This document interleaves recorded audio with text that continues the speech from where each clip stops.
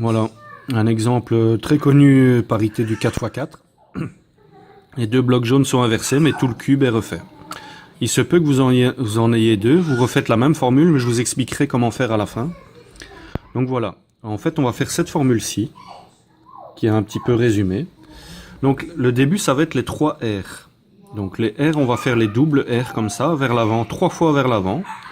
Mais la particularité c'est qu'au deuxième R, avant de le commencer, on va faire un X vers l'avant, comme ça. Et ensuite on continuera la formule. Dans la deuxième partie, je vais baisser le R, je vais retourner 2 fois.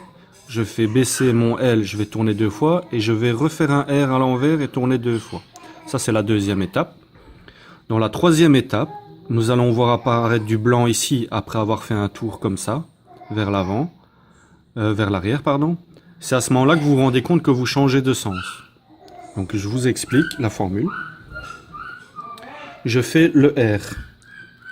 Je tourne 2 fois. Je fais le X. Deuxième étape.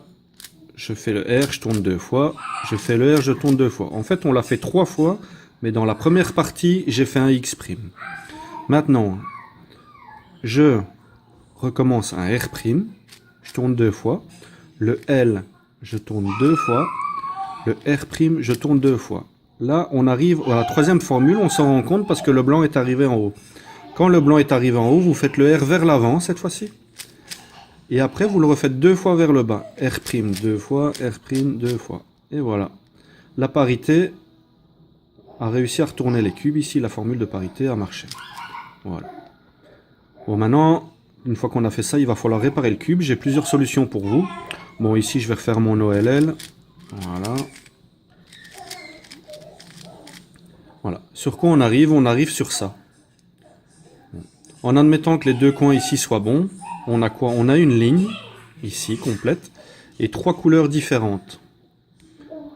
Si vous avez résolu toutes les autres parités et que les 3 couleurs sont là, il vous restera juste à utiliser une PLL ou alors une formule débutant. Mais moi, j'utilise la PLL là.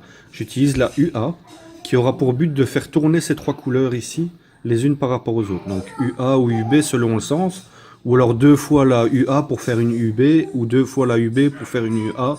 Ça dépend laquelle vous allez apprendre. Donc ici, je vais essayer de résoudre d'abord un autre problème de parité que je vous avais montré avant.